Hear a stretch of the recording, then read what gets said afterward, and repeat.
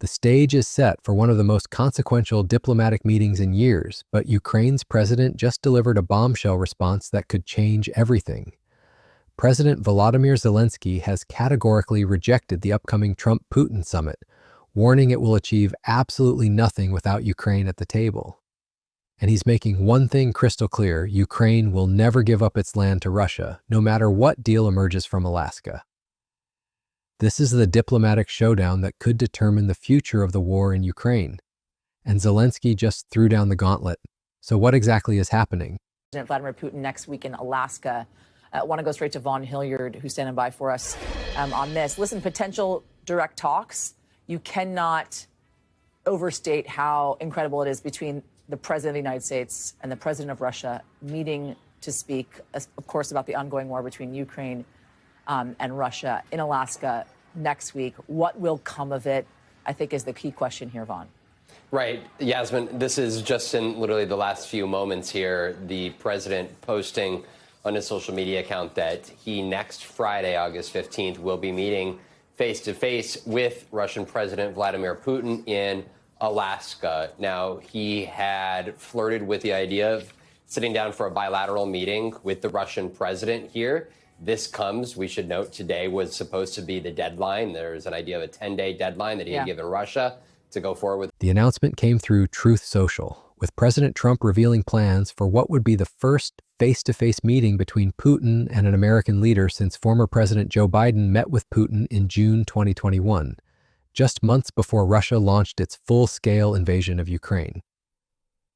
The meeting is scheduled for August 15th in Alaska, a location that carries its own symbolic weight. But here's where things get explosive. Trump previewed terms of a potential peace deal that could include some swapping of territories between Ukraine and Russia. The implication was clear: Ukraine might have to give up land to end this war. And that's exactly what set Zelensky off. Ukrainians will not give their land to the occupier. Ukraine is ready for real solutions that can bring peace. Solutions that are against us, solutions that are without Ukraine, are simultaneously solutions against peace. They will not achieve anything. These are dead solutions. The Ukrainian president's response was swift and uncompromising. Within hours of Trump's announcement, he fired back with a video address, stating categorically that the answer to the Ukrainian territorial question is already in the Constitution of Ukraine. No one will retreat from this, and no one can. Ukraine is ready for real solutions that can bring peace. But solutions that are against us, solutions that are without Ukraine, are simultaneously solutions against peace. They will not achieve anything. These are dead solutions. Think about that phrase. Dead solutions. Zelensky is essentially saying that any deal struck between Trump and Putin without Ukraine's involvement is doomed from the start. It's a diplomatic way of calling the entire summit pointless if Ukraine isn't included. And here's what makes this even more dramatic. A senior White House official told CBS News that planning for the summit is fluid, and it is still possible that Zelensky could end up being involved in some way. Two sources told CBS News that Trump is willing to do a trilateral meeting with Zelensky and Putin. But the meeting remains bilateral at the moment, which was the format requested by Putin. So Putin specifically wants to meet with Trump alone, without Zelensky in the room. When asked directly if Putin needs to agree to meet with Zelensky first, Trump's response was unequivocal. He emphasized his priority is to do whatever he can to stop the killings, citing that 14,000 people were killed last month with weekly casualties of 4,000 to 5,000 people. That should tell you everything about Russia's strategy here. Putin sees an opportunity to negotiate directly with the American president, potentially securing territorial concessions from Ukraine without having to face Ukraine's leader directly. But what exactly is Russia proposing? According to multiple reports, Putin presented a plan to Trump's foreign envoy, Steve Witkoff, that would require Ukraine to cede the eastern Donbas region and Crimea. Russia has long insisted that it wants any deal to recognize its control over Crimea, which it illegally annexed in 2014, and 4 other regions of eastern Ukraine: Luhansk, Donetsk, Kherson, and Zaporizhia. Let's put this in perspective. Ukraine controls only around 4 square miles of Russian land in the western Kursk region. Russia, meanwhile, controls around a fifth of Ukraine's sovereign territory. So when Trump talks about swapping territories, the math is completely lopsided in Russia's favor. Russia had offered to give back a sliver of land it holds in the regions of Sumy and Kharkiv, but as one source noted, the territory was not significant. It's like someone stealing your entire house and then offering to give you back the garden shed in exchange for keeping everything else. Zelensky clearly sees this for what it is, a massive land grab disguised as a peace deal, and he's not having any of it. We will not give Russia any awards for what it has done, he said, making it clear that Ukraine won't reward Russian aggression with territorial concessions. The constitutional argument Zelensky keeps making is crucial here. As he has done in the past when the issue of ceding occupied Ukrainian territory has been raised, Zelensky cited his country's constitution, which states that its territory cannot be given away. This isn't just political posturing, it's a legal reality that would require constitutional changes in Ukraine to implement any territorial concessions.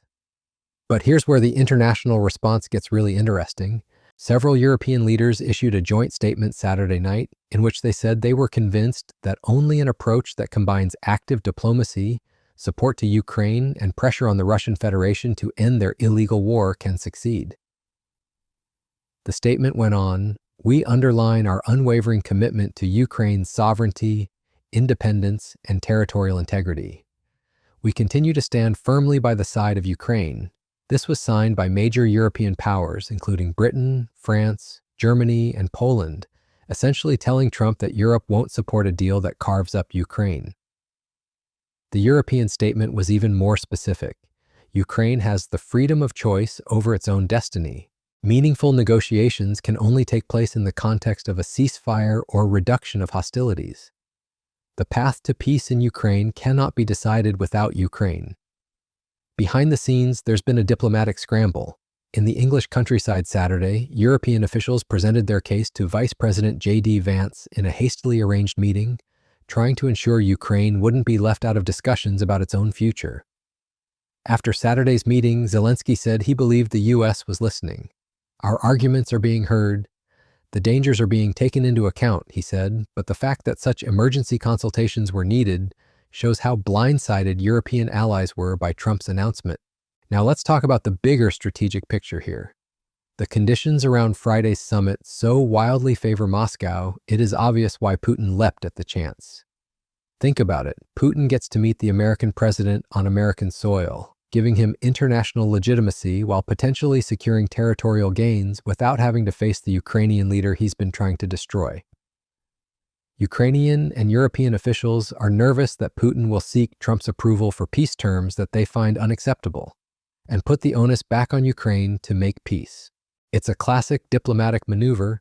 Get the superpower to agree to your terms, then pressure the smaller country to accept them or be blamed for continuing the war. But Zelensky is clearly not falling for this trap. His response has been swift, uncompromising, and designed to make it politically impossible for Trump to agree to a deal without Ukraine's consent. By framing any agreement without Ukraine as dead solutions, he's essentially challenging Trump to prove that American diplomacy isn't just about making deals with dictators at the expense of democratic allies. The timing of all this is also crucial. Friday, August 8th, was the Trump-imposed deadline for Putin to either cut a ceasefire deal or face hefty sanctions targeting the Russian economy. Trump's ceasefire or sanctions deadline for Putin expired on Friday, but those penalties appear to be on hold for now. So instead of imposing the threatened sanctions, Trump announced a summit. That sends a pretty clear message about which direction American policy is heading. History of Russian negotiations, if you look at the previous negotiations in a previous era after the 2014 invasion, is that the Russians like to use negotiations to prolong things, to draw it out, to prevent sanctions, to prevent things from getting worse.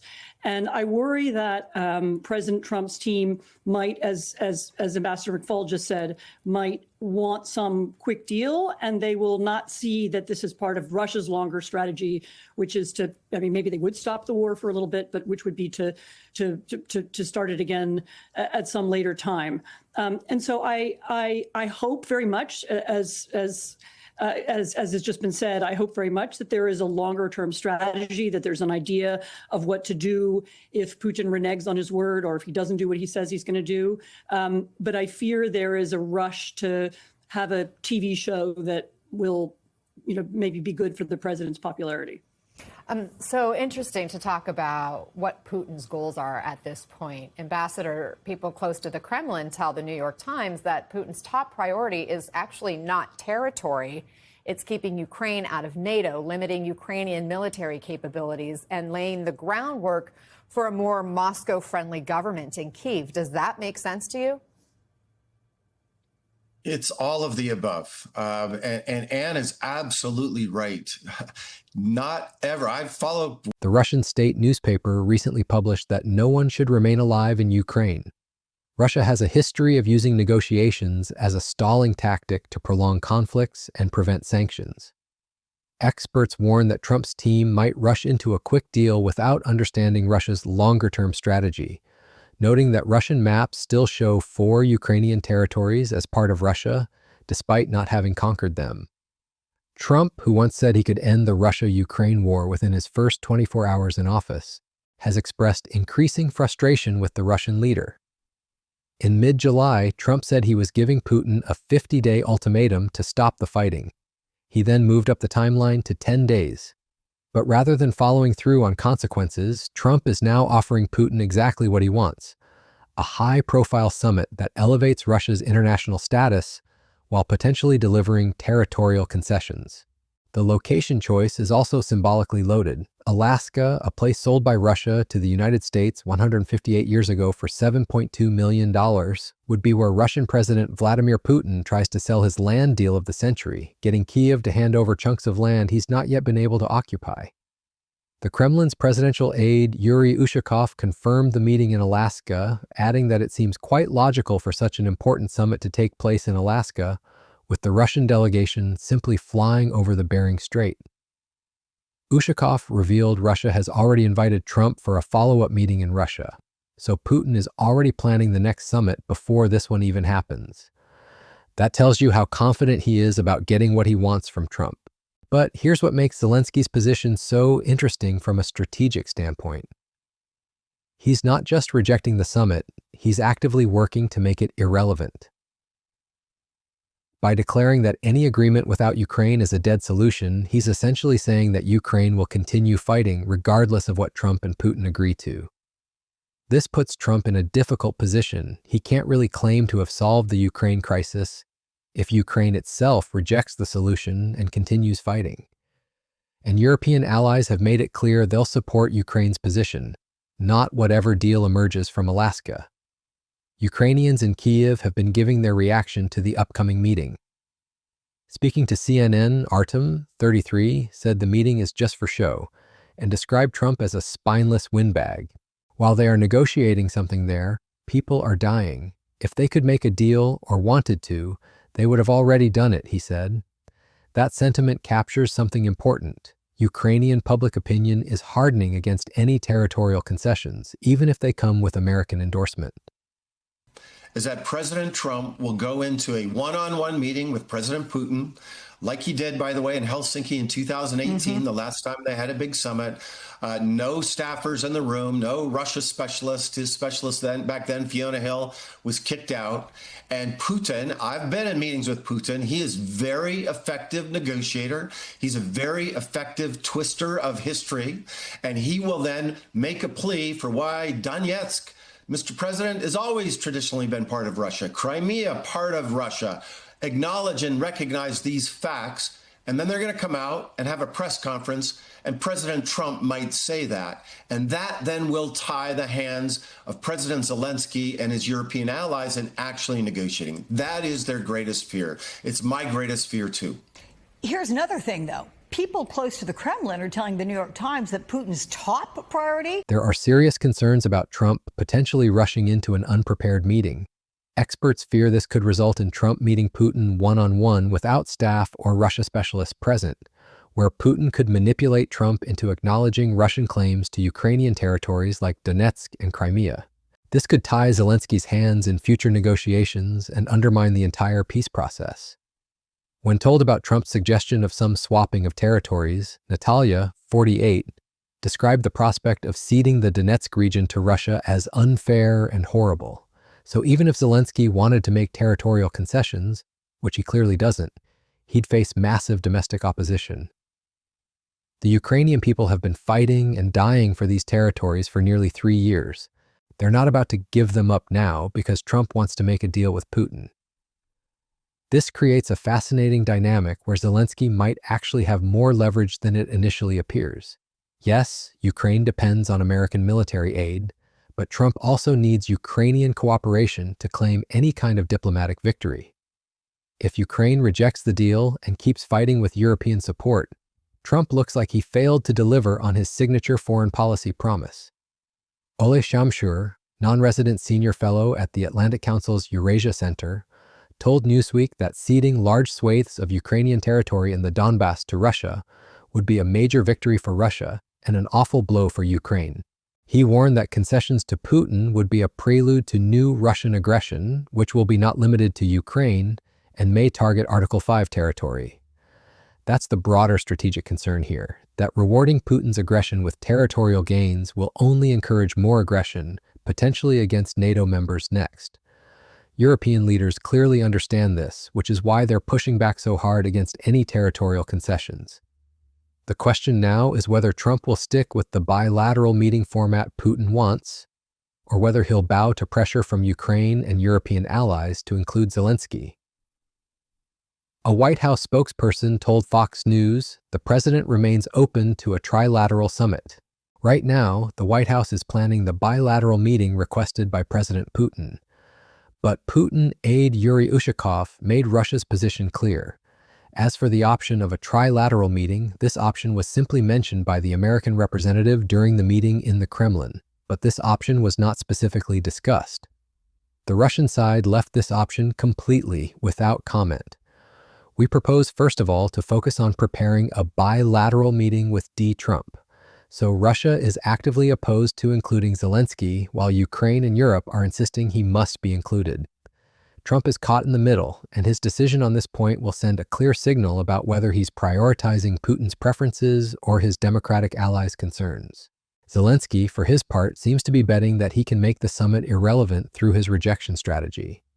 He said that Kyiv would work with Trump and other allies for a peace deal, but rejected the prospect of any land swap, and said that Kyiv would not reward Russia for its aggression. The phrase "reward Russia" is particularly pointed here. Zelensky is framing any territorial concessions not as a pragmatic compromise, but as literally rewarding Putin for 3 years of war crimes and aggression. That's a powerful rhetorical frame that makes it much harder for Trump to argue that territorial concessions are reasonable. Yuri Boyechko, founder of the charity Hope for Ukraine, told Newsweek that both Ukraine and their European partners must be a part of these talks between Trump and Putin, otherwise there is no way for lasting peace on the European continent. That gets to the heart of the matter. This isn't just about Ukraine. It's about whether the post-World War II international order, based on the principle that borders can't be changed by force, will survive. If Trump endorses Putin's territorial gains, it sets a precedent that aggression pays off, which could destabilize regions around the world. So as we head toward Friday's summit in Alaska, we have a fascinating standoff. Putin wants to negotiate directly with Trump, believing he can secure territorial gains without facing Ukrainian opposition. Trump wants to claim a diplomatic victory by ending the war in Ukraine. European allies want to ensure Ukraine isn't sold out. And Zelensky is trying to make the whole enterprise irrelevant by declaring that Ukraine won't accept any deal made without them. The stakes couldn't be higher. This summit could determine whether the international community rewards aggression or stands firm on the principle of territorial integrity, whether America prioritizes deals with dictators or solidarity with democratic allies. and whether Ukraine's 3-year fight for survival ends in victory, defeat, or a frozen conflict that sets the stage for future wars. Zelensky has thrown down his marker: no territorial concessions, no deals without Ukraine, and any agreement that ignores these principles is a dead solution. Now we'll see if Trump is willing to call his bluff, or if the Ukrainian president's diplomatic gambit will force a change in the summit's dynamics. One thing is certain: this Alaska meeting won't be the quiet diplomatic breakthrough Trump might have hoped for. With Ukraine rejecting the premise, Europe demanding inclusion, and Putin pushing for maximum gains, Friday's summit is shaping up to be one of the most consequential and contentious diplomatic encounters in years. The world will be watching to see whether American leadership means making deals with autocrats or standing with democratic allies. Zelensky has made sure that choice is now unavoidable.